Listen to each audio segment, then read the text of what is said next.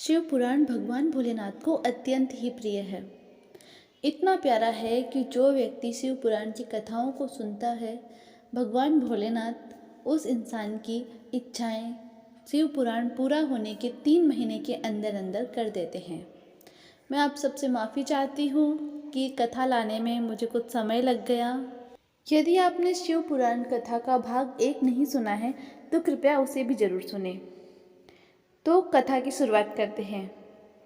ओम नमः शिवाय। स्वागत करती हूँ आप सबका आपके अपने चैनल व्रत कथा भक्ति और चमत्कार में। आज की कथा है शिव सती विवाह। राजा दक्ष की अनेक बेटियां थी। इतनी सारी बेटियां होने के बाद भी एक पिता में एक लालसा होती है कि मेरे एक ऐसी बेटी हो जो सर्वगुण संपन्न हो। वैसे तो राजा दक्ष की सभी पुत्रियां सर्वगुण संपन्न थीं, पर सर्वश्रेष्ठ पुत्री होनी चाहिए थी जिसके जैसा दुनिया में कोई ना हो। इसीलिए राजा दक्ष ने आदि शक्ति माता की तपस्या प्रारंभ कर दी।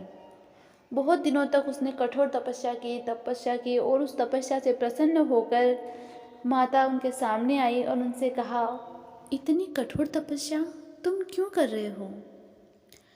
तो दक्ष ने कहा कि मुझे आप ही पुत्री रूप में चाहिए। और माता ने दक्ष को वरदान दिया कि मैं तुम्हारे घर में पुत्री रूप में जन्म लूँगी और अपनी लीलाएं दिखाऊंगी, क्योंकि आदि पुरुष भगवान शिव है तो मैं आदि शक्ति हूँ और मैं भगवान भोलेनाथ से विवाह करूँगी।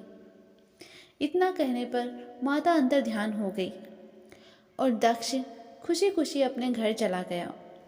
धीरे धीरे समय यूं ही बीतता रहा। दक्ष को भगवान भोलेनाथ से पहले ही बैर था, क्योंकि दक्ष ब्रह्मा जी का पुत्र था। आपने पहली कथा सुनी होगी तो आपको ध्यान होगा कि भगवान भोलेनाथ ने ब्रह्मा जी का 5वां शीश काट दिया था। इसी वजह से दक्ष भगवान भोलेनाथ से बैर रखता था। माता सती दक्ष के घर में जन्म ली और धीरे धीरे अपनी लीलाएं करते हुए बड़ी होने लगी। माता सती को भगवान भोलेनाथ से प्रेम होने लगा। वह भगवान भोलेनाथ से विवाह करना चाहती थी, इसीलिए उन्होंने भगवान भोलेनाथ की तपस्या की। दक्ष का भोलेनाथ से बैर होने की वजह से शुरू से ही उसने माता सती को भोलेनाथ से दूर रखने का प्रयास किया, परंतु माता सती को वह भोलेनाथ से दूर नहीं रख सका, क्योंकि होनी तो होनी ही थी। माता सती ने जन्म लेने से पहले ही कहा था कि मैं भगवान भोलेनाथ से विवाह करूंगी, तो यह घटना तो घटनी ही थी। माता सती ने बहुत प्रयास किया कि दक्ष उनके विवाह के लिए मान जाए, परंतु ऐसा ना हो सका। तब भगवान विष्णु के समझाने पर माता सती, ब्रह्मा जी और विष्णु जी भगवान भोलेनाथ के पास चले गए और उनका विवाह करवाने लगे। तब कन्यादान करने के लिए कोई नहीं था, तो फिर भगवान विष्णु जी ने माता सती को अपनी बहन माना और उनका कन्यादान किया। ब्रह्मा जी ने दक्ष को समझाया कि शिव जी ने शीश मेरा काटा था, पर मैं उनसे रुष्ट नहीं हूँ, क्योंकि उन्होंने जो किया वह बिल्कुल सही किया था। पर तुम भगवान भोलेनाथ से रुष्ट क्यों हो? तुम मेरे पुत्र हो। भगवान भोलेनाथ को अपने जमाता के रूप में स्वीकार कर लो। उनके समझाने पर, ब्रह्मा जी के समझाने पर दक्ष मान गए, पर उनके मन में कहीं न कहीं यह बात रह गई। इसके कुछ समय पश्चात इंद्र ने एक सभा बुलाई। वहाँ भगवान शिव, भोलेनाथ थे और विष्णु जी थे और ब्रह्मा जी थे। तीनों अपने अपने आसन पर बैठे थे। जब दक्ष दरबार में आए तो सभी देवता, इन तीनों देवों को छोड़कर सभी देवता अपने आसन से खड़े हो गए, पर भोलेनाथ आसन से खड़े नहीं हुए। इस बात से दक्ष बहुत ही गुस्सा हुआ, क्योंकि उन्हें लग रहा था कि यह मेरा जवाई है, इसे मेरे आने पर खड़ा होना चाहिए था। और भोलेनाथ इसलिए खड़े नहीं हुए क्योंकि वह जिस आसन पर थे वह जिम्मेदारियों वाला था। वह उस आसन की गरिमा बनाए रखने के लिए खड़े नहीं हुए। अब समय इसी तरीके से बीतने लगा। अब दक्ष हर हाल में शिव जी को नीचा दिखाना चाहता था। बैर तो हो ही गया, अब उसे शिव जी को कुछ भी करके नीचा दिखाना था।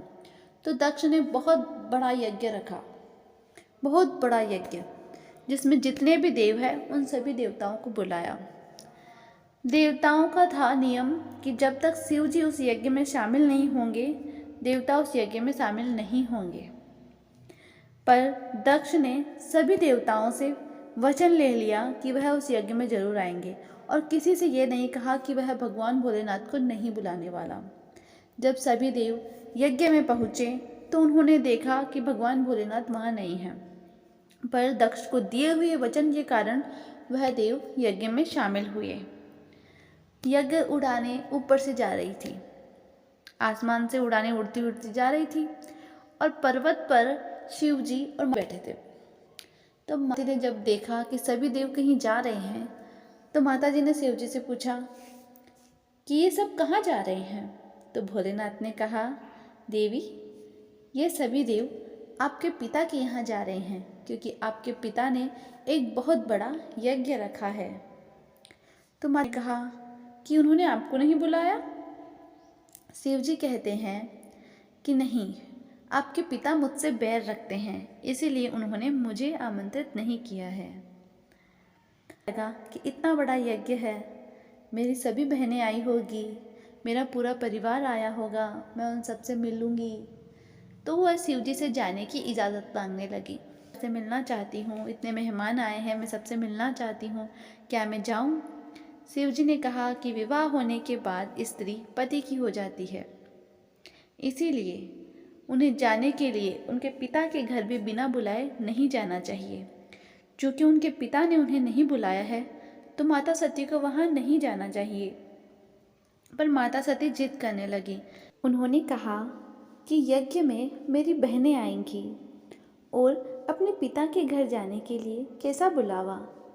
वह मेरे पिता है, मैं बचपन से उनके साथ रही हूँ, मुझे जाने दीजिए। भगवान भोलेनाथ माता सती की जिद के आगे हार गए, और उन्होंने कहा, ठीक है सती, तुम जाना चाहती हो तो जाओ, पर अपने साथ वीरभद्र को ले जाओ। माता सती खुशी खुशी यहाँ से निकल पड़ी, और कुछ देर बाद यज्ञ के स्थान पर पहुँची। जैसे ही वह यज्ञ के स्थान पर पहुँची और दक्ष ने उन्हें देखा, तो वह कहता है, ठहरो सती, तुम यहाँ क्या लेने आई हो? तो सती कहती है कि आपने मुझे बुलाया क्यों नहीं पिताजी? फिर दक्ष कहता है कि तुम्हें मैं क्यों बुलाऊं? ज़रा अपना हाल देखो और अपनी बहनों को देखो, तुम कैसे फटेहाल यहाँ चली आई हो। देखो अपने वस्त्रों को, तुम्हारे वस्त्रों पर भस्म रमी हुई है। तो फिर दक्ष की बात सुनकर देवी सती को बहुत बुरा लगा। फिर दक्ष कहता है, कहीं ऐसा तो नहीं कि तुम्हारे पति ने तुम्हें यहाँ भेजा हो और तुम मुझसे मिन्नतें करने आई हो कि मैं तुम्हारे पति को यज्ञ में बुला लूँ? इस बात पर देवी सती को क्रोध आने लगा, क्योंकि अब उनके पति का अपमान हो रहा था। तो देवी सती ने क्रोधवश पूछा कि आपने मेरे पति को यज्ञ में क्यों नहीं बुलाया? तो फिर दक्ष बोलता है कि क्यों बुलाऊं मैं उसे देव मानता ही नहीं। जो शमशान में रहता हो, नरमुंडों की माला पहनता हो, अपने तन पर राख रमाता हो, उसे मैं देव मानता ही नहीं। तुम्हारा पति भूतों का देवता है, और इसीलिए मैंने उसे यज्ञ में बुलाया नहीं, क्योंकि यह यज्ञ देवताओं के लिए है, भूतों के देवों के लिए नहीं। इस बात पर देवी सती को बहुत क्रोध आया। देवी सती ने सभी देवों से कहा कि आप चुपचाप मेरे पति का अपमान सह रहे हैं, देवों के देव महादेव का अपमान सह रहे हैं। सभी देवताओं ने अपना सर नीचे कर लिया। तब देवी सती को शिव जी की कही हुई बात याद आई कि बिना पिता के बुलाए उन्हें यहाँ नहीं आना चाहिए था। तब वह कहती है कि मेरे पति ने मुझे रोकने का प्रयास किया, पर मैंने उनकी बात नहीं सुनी। इसी वजह से मेरे पति का जो अपमान हो रहा है उसका कारण मैं स्वयं हूँ, और अगर यहाँ से मैं चुपचाप चली गई तो यह मेरे पति का ही अपमान होगा। और क्रोध में आकर देवी सती कहती है कि मैं इस यज्ञ का ही विध्वंस कर दूंगी, और देवी सती यज्ञ के हवन कुंड में कूद गई। जैसे ही देवी यज्ञ के हवन कुंड में कूदी, इनके साथ आए हुए वीरभद्र क्रोधवश यज्ञ पर टूट पड़े और सारी हवन सामग्रियों को इधर उधर फेंकने लगे, और क्रोध में इन्होंने दक्ष का शीर्ष काट दिया। भगवान भोलेनाथ को जैसे ही सूचना मिली, वह यज्ञ के स्थान पर आए और अपनी पत्नी का जला हुआ शरीर देखा। भगवान शिव जी अपनी पत्नी से बहुत प्रेम करते थे, इसीलिए वह तो अपनी सुध बुद्धि खो बैठे। माता सती का जला हुआ शरीर लेकर वह पूरे ब्रह्मांड में बेसुध होकर घूमने लगे। इसी प्रेम के कारण तो सभी महिलाएं, सभी लड़कियां भगवान शिव से उनके जैसा वर मांगती है। भगवान शिव से ही अच्छा सुयोग्य पति मांगने की प्रार्थना करती है। अब भगवान शिव अपने सुध बुद्ध खोए सारे ब्रह्मांड में घूमे जा रहे थे। सृष्टि रुकने लगी थी, सृष्टि का कार्य संचालन थम सा गया था और पृथ्वी पर हाहाकार मचने लगा। तब भगवान विष्णु ने भगवान शिव को समझाने का प्रयास किया, पर भगवान शिव को कहाँ सुध बुद्धि थी। फिर भगवान विष्णु ने अपने सुदर्शन को आदेश दिया कि वह माता सती के मृत शरीर के टुकड़े कर दे, और सुदर्शन चक्र ने ऐसा ही किया। जब माता शरीर के मृत शरीर के टुकड़े हुए तो भगवान भोलेनाथ को क्रोध आया, परंतु वह दुख से बाहर निकल चुके थे, और क्रोध प्रकट करने के कारण, अवसाद से बाहर आने के कारण भगवान भोलेनाथ ने पृथ्वी की हालत देखी और वह समझ गए कि विष्णु जी ने ऐसा क्यों किया। अब भगवान भोलेनाथ ने माता सती के सारे टुकड़े पृथ्वी पर देखे और उनकी तलाश में निकल पड़े। जहाँ जहाँ माता सती के टुकड़े थे, वहाँ वहाँ भगवान शिव ने शक्तिपीठ की स्थापना की, और आज भी उन शक्तिपीठों की पूजा की जाती है। तो प्रेम से बोलिए, हर हर महादेव। हे भोलेनाथ, कथा में कुछ कमी हो तो मुझे क्षमा करना, और कथा अधूरी हो तो उसे पूरी करना। हे भोलेनाथ, सभी भक्तों पर अपनी कृपा बनाए रखना। हर हर महादेव।